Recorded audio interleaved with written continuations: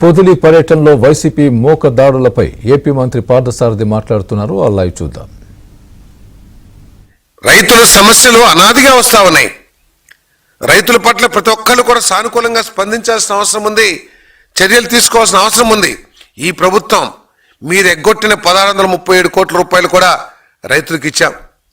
మీరు ఎగ్గొట్టిన పరికరాలు ఏదైతే ఉంటాయో వ్యవసాయ పరికరాలు, ఆ పరికరాలన్నీ కూడా మళ్ళీ రైతులకు అందించే కార్యక్రమం చేస్తా ఉన్నాం.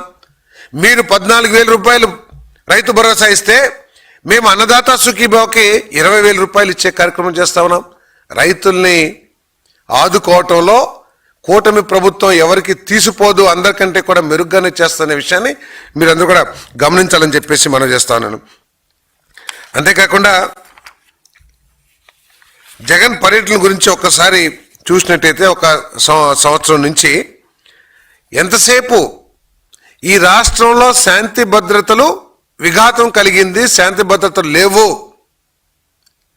ఈ రాష్ట్రంలో ఎటువంటి కార్యక్రమాలు జరగట్లేదు అనే అబద్ధాన్ని ప్రచారం చేయటానికి మాత్రమే ఈ ప్రతిపక్షం పనిచేస్తుందని చెప్పేసి మనం చేస్తా ఉన్నాను. నేను మీరు ప్రోత్సహిస్తూ ఇటువంటి నేర ప్రవృత్తి రాజకీయాలను మీరు ప్రోత్సహిస్తూ ఈ రాష్ట్రానికి ఉన్న బ్రాండ్ని డ్యామేజ్ చేయడానికి మీరు ప్రయత్నం చేస్తారని చెప్పేసి కూడా నేను ఈ సందర్భంగా నేను తెలియజేస్తా ఉన్నాను.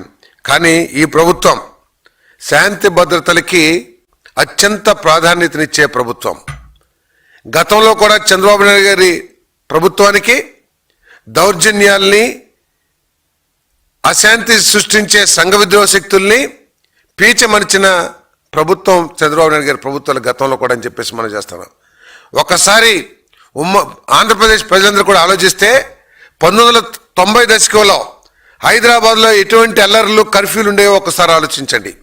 ఆ కర్ఫ్యూలు, అల్లర్లు ఎప్పుడైతే మార్చిపోయినాయో అప్పటి నుంచే హైదరాబాద్ అభివృద్ధి చెందింది. చంద్రబాబు నాయుడు గారు తర్వాత ప్రభుత్వాలు కూడా చేశారని చెప్పేసి మనం చేస్తాం.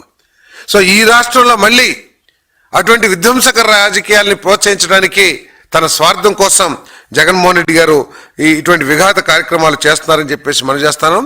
ఎట్టి పరిస్థితుల్లో కూడా ఈ ప్రభుత్వం మీరు చేసే ఈ సంఘ విద్రోహ కార్యక్రమాల్ని చూస్తూ ఊరుకోదు.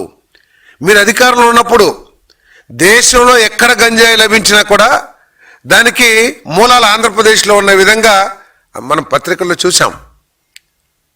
అటువంటి గంజాయిని అనగదొక్కుతూ, గంజాయి సాగును నాశనం చేస్తూ, గంజాయి మన ఏదైతే ఉందో ఆ సంఘ విద్రోహ శక్తుల్ని తొక్కేస్తూ శాంతి భద్రతల్ని ప్రోత్సహించడానికి, నెలకొల్పడానికి ఈ ప్రభుత్వం ప్రయత్నం చేస్తుందని చెప్పేసి నేను ఈ సందర్భంగా తెలియజేస్తా ఉన్నాను.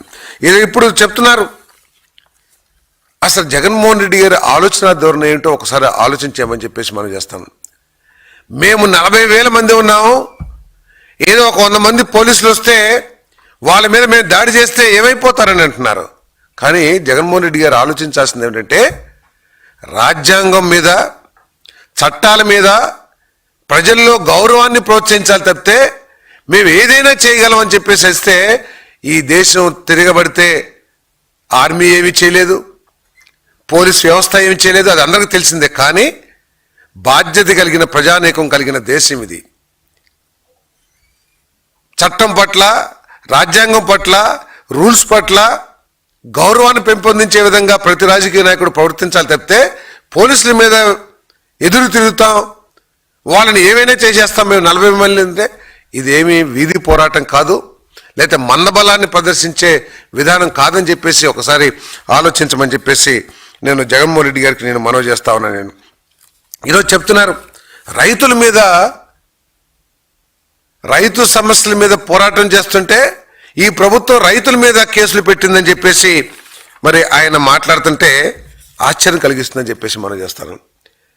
రావూరి చిన్న వెంకటరాజులు అంటే చిన్నరాజు, సన్ ఆఫ్ నడిపి అవలయ్య, ఈయన మీద 2006లోనే, 2006లో ఏ ప్రభుత్వం ఉందండి? కాంగ్రెస్ ప్రభుత్వం ఉంది, తెలుగుదేశం ప్రభుత్వం లేదు. ఆ రోజే criminal intimidation, dowry harassment, likely to commit breach of the peace and bind over అంటే ఇటువంటి క్రిమినల్ కేసులు ఉన్న వ్యక్తి. అదేవిధంగా Shaik Majnu attempt to murder, hurt, rioting అంటే ఏంటండి? దోపిడీ కదా నాకు తెలిసి, దోపిడీలు రైటింగ్ అంటే ఇటువంటి ర్యాలీలను ఆసరాగా చేసుకుని అక్కడ ఒక విధ్వంసాన్ని సృష్టించి దోచుకోవటం కోర్టుల నుంచి కానీ పక్కన అవకాశం ఉన్న చోట్ల. ఆ కేసు ఎప్పుడు పెట్టారండి? Crime number 104/2020. ఎవరున్నారండి అప్పుడు అధికారంలో? 2020లో ఎవరున్నారండి అధికారంలో? మీరు అటెంప్ట్ మర్డర్, రైటింగ్. సో అటువంటి వ్యక్తుల్ని మీరు రైతులుగా చూపించి వారి మీద కేసులు పెట్టడం తప్పంటే ప్రజలందరూ కూడా ఆలోచించాలి. నాకు ప్రజలకి నేను విన్నవించేది ఒకటే, మీరందరూ కూడా ఆలోచించాలి. ఈ రాష్ట్రంలో శాంతి భద్రతలుంటే మనందరం కూడా కలిసి ఈ రాష్ట్రాన్ని అభివృద్ధి పథంలోకి తీసుకెళ్తే మన భవిష్యత్ తరాలకి మేలు జరుగుద్దనే విషయాన్ని, ఈ రాష్ట్రానికి మంచి భవిష్యత్తు ఏర్పడుతున్న విషయాన్ని ప్రజలందరూ కూడా గుర్తించి ఇటువంటి దుష్ట రాజకీయాల్ని, నీచ రాజకీయాల్ని, విధ్వంసకర రాజకీయాల్ని ఎవరు చేసినా కూడా దాన్ని ముక్త కంఠంతో ఖండించాలని చెప్పేసి నేను ఈ సందర్భంగా నేను కోరుకుంటున్నాను. నేను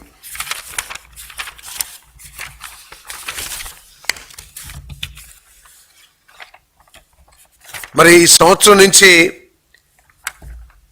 జరుగుతున్న ఈ సంవత్సర కాలంలో ప్రతిపక్షం వ్యవహరించిన తీరు కానివ్వండి, ప్రతిపక్షం వాడిన రాజకీయ పదజాలాలు కానివ్వండి, వారు చేస్తున్న కార్యక్రమాలు కానివ్వండి, ఒక్కసారి నిశ్చితంగా పరిశీలించినట్లయితే వారి క్రిమినాలజీ ఏమిటో, వాళ్ళ ఉద్దేశం ఏమిటో, ఈ రాష్ట్ర ప్రజల సమస్యల గురించి వారికి పట్టదు.